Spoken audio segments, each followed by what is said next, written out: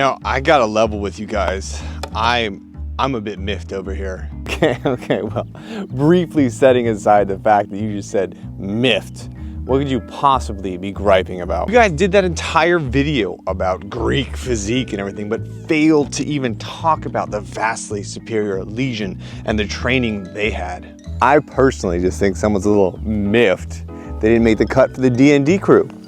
That is a lie. But if we're being honest, I would have been a much better fit than Verson certainly is, and would have at least performed better. You know what? If someone knew how to properly craft a character. What? Huh? What?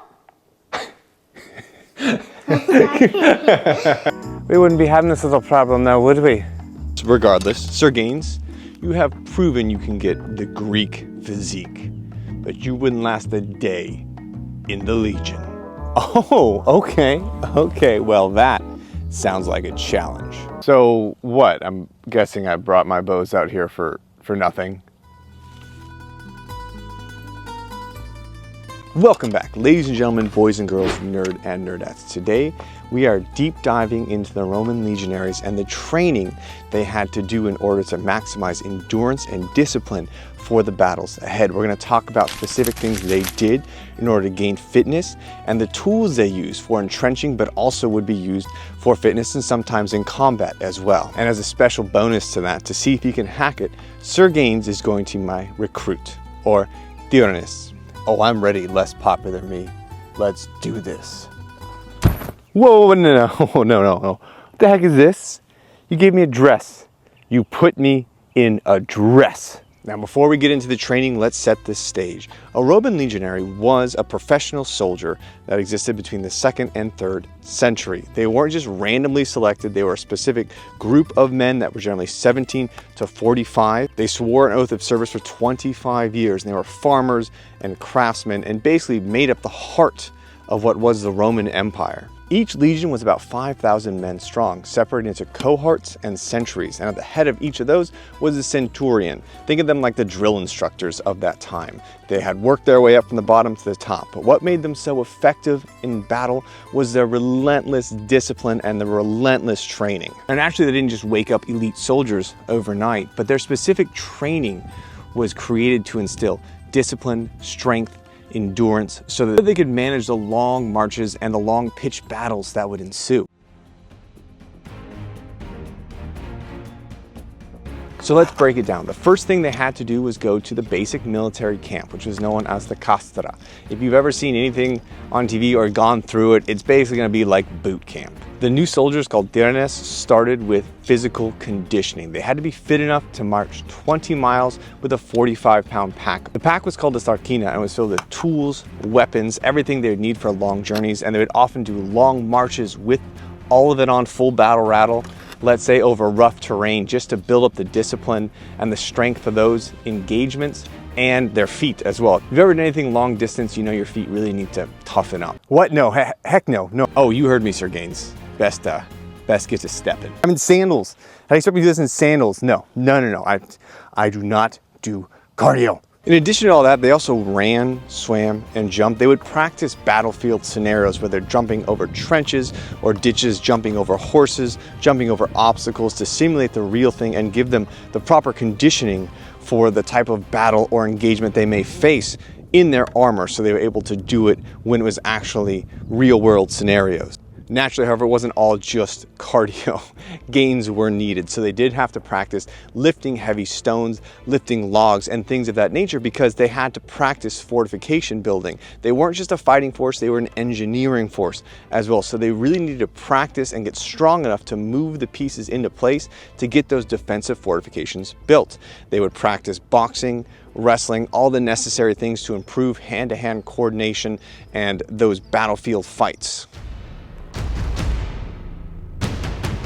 Now let's talk combat. They were naturally masters of disciplined combat. In order to do that, they would drill twice a day in their military exercises. When they did this training, they used wooden swords and shields. The wooden swords were called rudis, the shields scutum.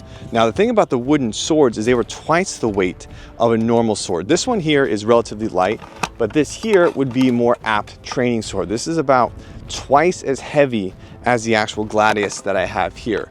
So this one's not made super well. It's heavy steel, thick steel. So if I'm holding them, if I were to train with this one here, I'd be much faster and much better equipped to fight for longer than I would with this. So the idea is that you train with something heavier than what you're going to use in battle, and it's gonna be much easier to continue that fight for a longer time without fatiguing as quickly. One key drill that was used was called an armatura, and basically it was a mock duel between two legionaries. And what they would do is they would practice their fighting with their shield and their sword and practice the thrusting, because the Romans were not big on slashes. That's a lot of wasted energy to not hit a vital organ. So much of the battle, again, it had to be that quick thrust inside the body, keeping yourself safe. And that was a great way to instill that in them by having that mock duel set up. So you had one versus one facing off each other and practice hitting those vital organs in actual combat. Now, why drill stabbing in particular so intensively? Well, that's honestly due to the ingenuity of the brilliant design of the Roman spa. Just a minute there, that sword design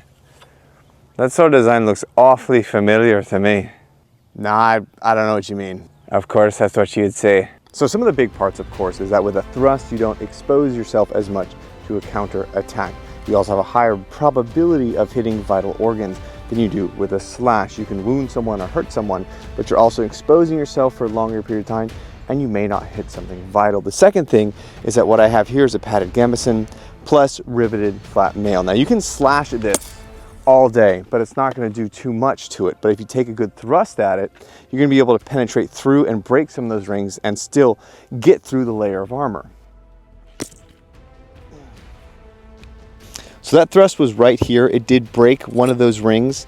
It made it through here into the back, and so that poked through to the side there, and that's with a simple thrust. So you have a much higher chance of getting through armor with a thrust. Now again, that was a full thrust against something hard, and even with that, it wasn't a very deep penetration. You'd still be alive, but you have a much better chance of wounding or injuring someone because this is not heavy enough to do any blunt damage or concussive damage. You can smack at it all day, but it's not going to do anything to someone behind it, whereas a thrust, you may have a chance to get through and break some of those rings.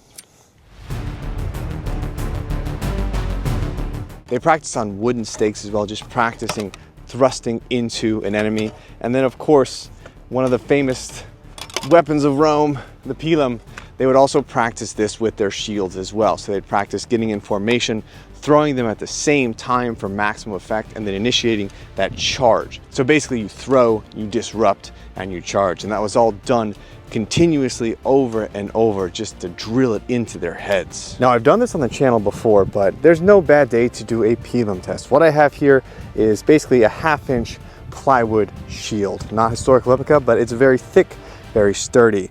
We're gonna take the pilum versus a standard spear, not really a throwing spear or javelin, but heavy duty with a leaf-shaped tip to show the differences between the penetration power of something designed specifically to puncture wood and a shield like this versus the other.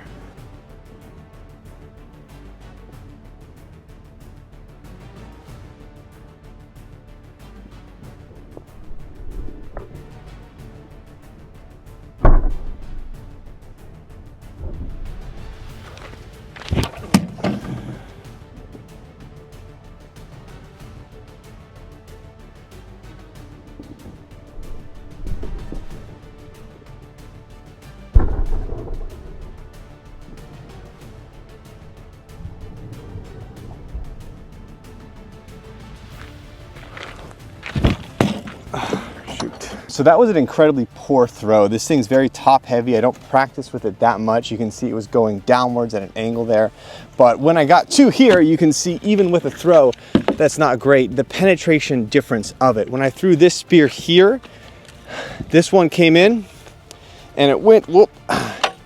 This spear came in and went about that deep right there. So it made it through a tiny bit, but that's because, you know, it was able to hit a portion of the wood there. This one came in through, and the big thing, as always, if you guys know anything about the pilum, it's that once it's in, it can be difficult to get out. You're going to need to drop the shield and pull it out that way. That's the point of the bulbous head there. Once it passes through here, it's basically free sailing the rest of the way down. Now this is made of iron. It is malleable as well, so it will bend out of shape. I think there's been a lot of misinformation. People say that they were made on purpose to bend that way, so they would get stuck and bend in the shield. But what a lot of people have found historically is that actually they think that it was a result of people trying to pull it out. It wasn't specifically designed to bend once it hit the shield. It was just a byproduct of people trying to rip it out of there, because they are still pretty stable. You can still use them as a spear as well without them bending in, but they don't have near that penetration power as they do when you actually do a throw. Now they also practice building entire fortifications. So this here is a dalabra, which was like a pickaxe basically, but it was used for entrenching and building fortifications. This was always carried, and this was almost a status symbol in a way. It showed that a Roman soldier was less than just a soldier. They were also an engineer. The way this was designed was twofold. You have a broad, sharp edge here, which is going to be used for chopping, maybe chopping down trees, chopping up stumps. And then you have the backside here for breaking up dirt. If there's hardpan or things, you can dig into it with this here. So this size would be much more useful there. This was potentially used as a weapon. Some archaeological evidence finds that it could have been used in like a last-ditch scenario or a pinch if you lose your other weapons. An example for this being a potential weapon was in the Siege of Elysium in 52 BCE. The Romans were digging trenches, and the Gallic warriors would come down and ambush them as they're doing that. Now in that scenario, if you're digging a trench and this is the only thing you have in your hand, it's certainly going to be used as a weapon. Whether that was done, it's not certain. It was never explicitly stated to use it as a weapon, but you can imagine something like this, like in World War II, they use shovels in trench warfare as well. So it definitely fits the bill for what could be a usable weapon. Sir Gaines, get to trenching. I don't like this at all. This portion of the video, I'm gonna take this tool and see how long it takes me to kind of start building a trench. This is hard pan, by the way, so I want to see how well this works and just an idea of how difficult it would be to start that process.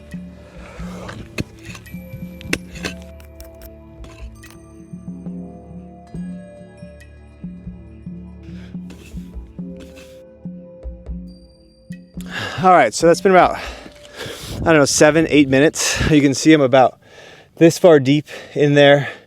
Their fortifications would often be in a U shape around a structure. And so if you've ever done manual labor, you can only imagine how difficult it would be to cover X amount of square miles by doing this, and the amount of physical endurance you'd have to be. So if this is something that you're training consistently as a way to exercise, it's going to make you incredibly fit, incredibly strong, and incredibly tough. This thing was dual purpose. What I want to do now is test the other side, which will be used for chopping wood, chopping tree trunks, making fortifications. This thing I would say is a good deal heavier than a lot of wood cutting axes. It's got a lot of heft to it. The back of it's not overly sharp, so this isn't a super sharp point, but I'm gonna see if I can get this in one go. It's dry wood, so if it works, it'll look cool because it's gonna splinter.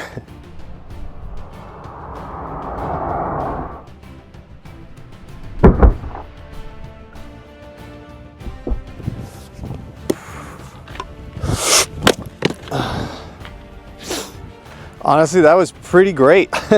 It made it quite a bit into the other piece as well. And again, this is without even really having an edge on it. You can see it's completely blunted here. So dry wood looks cool, explodes well, but definitely even going into the harder wood, it made a good dent in there. So if this thing was sharpened, great woodworking tool just because of that heft and that weight. It is really quite heavy, honestly. And so there's a lot of mass behind it when it comes down and hits something. And so it works very well for both things. Naturally, they used it because it worked, but still fun to test it. And also just because I'm out here, I want to see how this does against the chainmail. I was out here digging all day yesterday, so this is even duller than it was before, but I feel like with the weight and mass behind it, I'll probably get into that wood pretty well.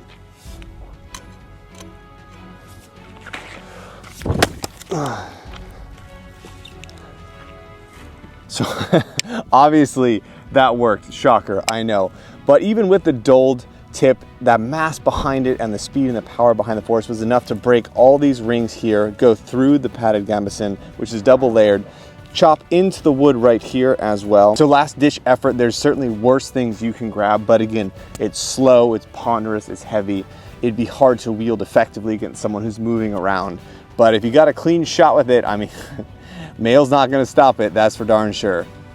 In case you want a closer view of what the breaks look like, it hit here, and so you can see all those rings around it. They're broke. Again, this is flat riveted mail, so it's good quality, 8mm, but just when you have something that's got that much mass and speed and power behind it, it's not what it's designed to stop. Those kind of shots are just going to be too powerful to make it, so it's not going to go through like that.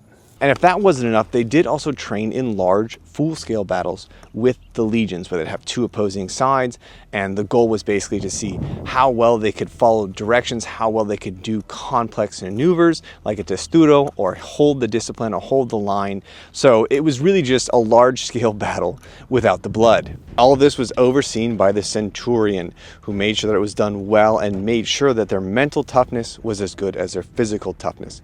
Because if you disobeyed an order, you very well could have death. You deserted, death. So it really did help build a camaraderie between the people, drilling together in formation and doing those together as well, just suffering together, right? Embrace the suck.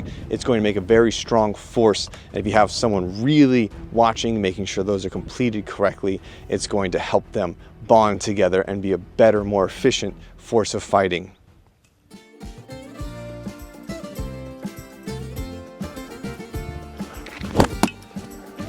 Of course, no one in the Legion would be complete without a sling. Hey, back off my turf. As opposed to just using rock or clay, they would use lead shot that was shaped. And I've actually done a video in the past about it when I did whistling lead shot.